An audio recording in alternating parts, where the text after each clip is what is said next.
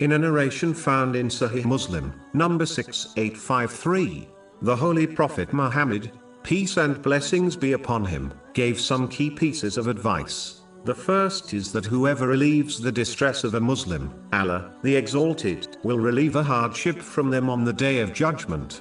This shows that a Muslim is treated by Allah, the Exalted, in the same way they act. There are many examples of this within the teachings of Islam. For example, Chapter 2 Al-Baqarah, verse 152.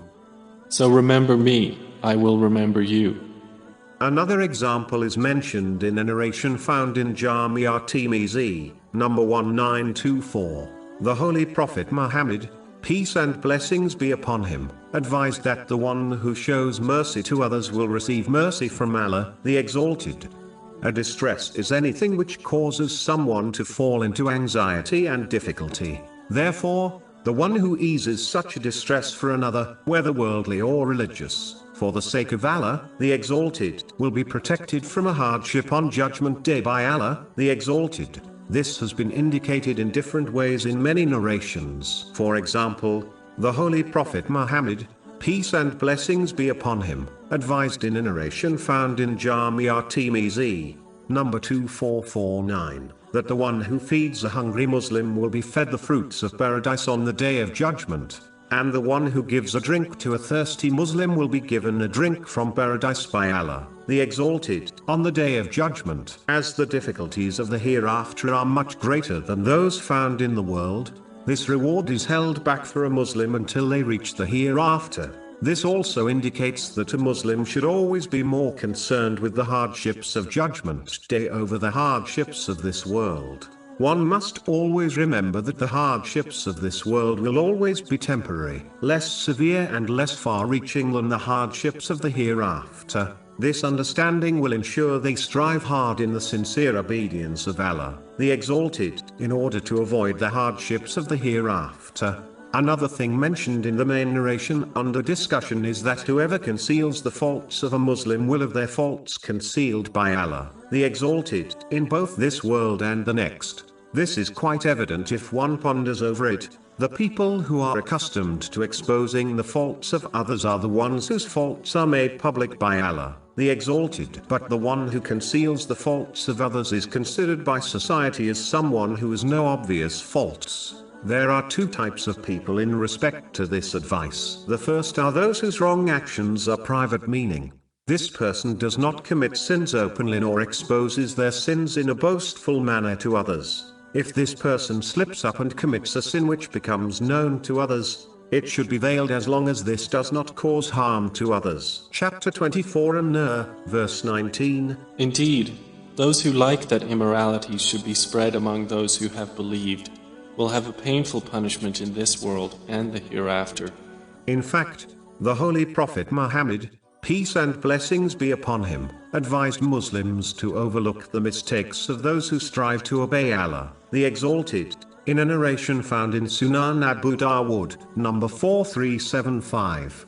The second type of person is the wicked one who commits sins openly and does not care about people finding out about them. In fact, they often boast about the sins they have committed to others, as they inspire others to act in an evil way. Exposing their faults in order to warn others does not contradict this narration, nor will this person have their faults exposed by Allah, the Exalted, in return for exposing the faults of this wicked person, which is mentioned in the narration found in Sunan Ibn Majah, number 2546, as long as they are exposing the faults of another for the correct reason. It is important to act on this part of the main narration under discussion, as the humiliation of being exposed on Judgment Day, in front of the entire creation, is beyond imagination. So a person should not fool themselves into believing that as being exposed in this world is bearable for them, they will also be able to bear being exposed on Judgment Day. The next thing mentioned in the main narration under discussion is that Allah, the Exalted, will continue helping a Muslim as long as they are helping others. A Muslim must understand that when they strive for something or are aided by another person to complete a particular task, the outcome may be successful or end in failure. But when Allah, the Exalted, helps someone with anything, a successful outcome is guaranteed.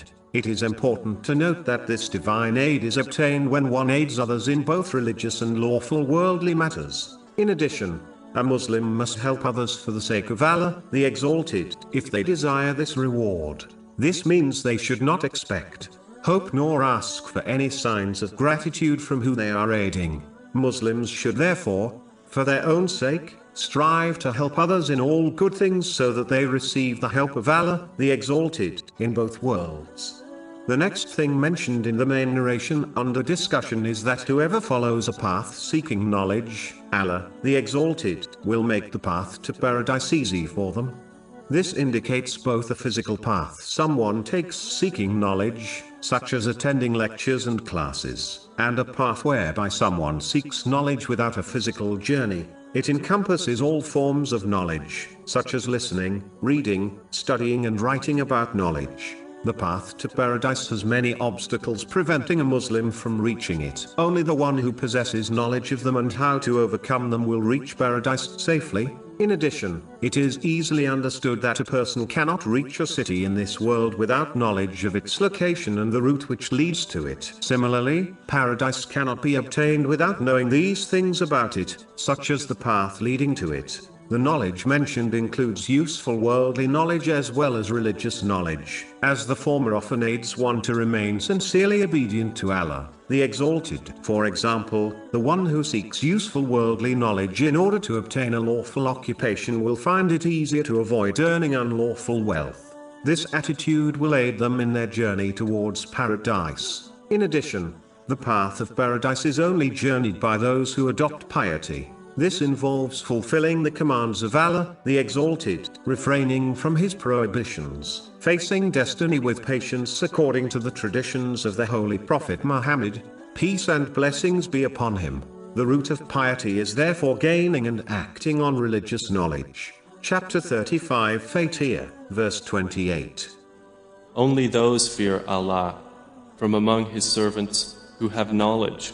But the important thing to note is that a Muslim's intention to seek and act on knowledge must be to please Allah, the Exalted. Whoever seeks religious knowledge for a worldly reason, such as showing off, has been warned of hell, if they fail to sincerely repent. This has been warned in a narration found in Sunan ibn Majah, number 253. In addition, a Muslim must strive to act on their knowledge, as knowledge without action is of no value or benefit. This is like the one who possesses knowledge of the path to safety but does not take it and instead remains in an area full of dangers. This is why knowledge can be split into two categories. The first is when one acts on their knowledge, which leads to piety and an increase in the obedience of Allah, the Exalted. The second is when one fails to act on their knowledge. This type will not increase one's obedience to Allah, the Exalted. In fact, it will only increase them in arrogance, believing they are superior to others even though they are like donkeys which carry books that do not benefit it. Chapter 62 Al-Jumu'ah, verse 5.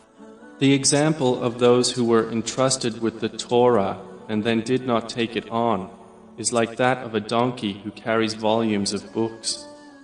The next thing mentioned in the main narration under discussion are the blessings obtained by a group of Muslims who study and recite the Holy Quran in a mosque. Namely, tranquility and mercy will descend upon them. The angels will surround them and Allah, the Exalted, will mention them to the heavenly angels.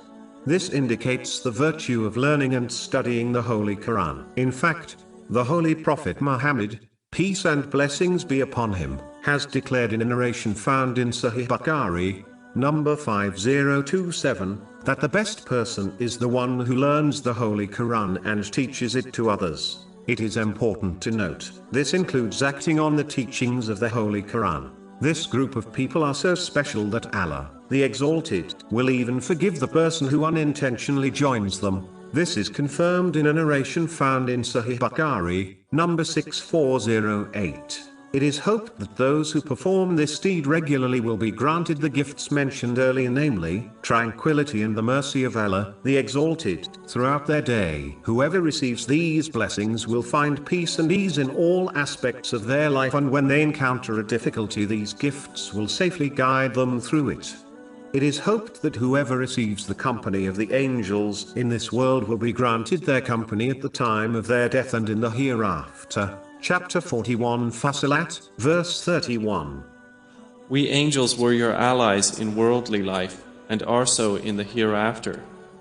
The next reward coincides with a reality which is mentioned throughout Islamic teachings. What a person gives is what they shall receive, as they remember Allah, the Exalted, with the people on earth. Allah, the Exalted, remembers them with the angels in the heavens. Chapter 2 Al-Baqarah, verse 152.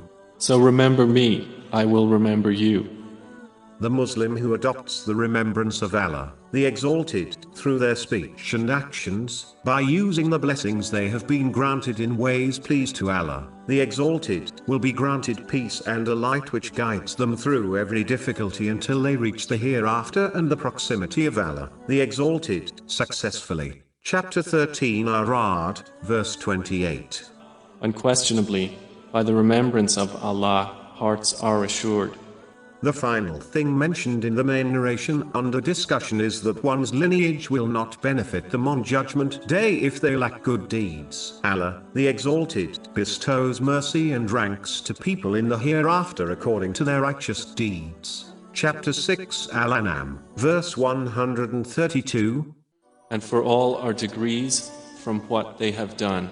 A Muslim should therefore not be fooled into believing their lineage will save them from punishment. If anything, a person who has a pious Muslim in their lineage should strive harder in the obedience of Allah, the Exalted, so that they reach their level and live up to the name and status Allah, the Exalted, granted them. The Holy Prophet Muhammad, peace and blessings be upon him, was granted the highest station in both worlds, yet he still strived so hard in worship that his feet became swollen.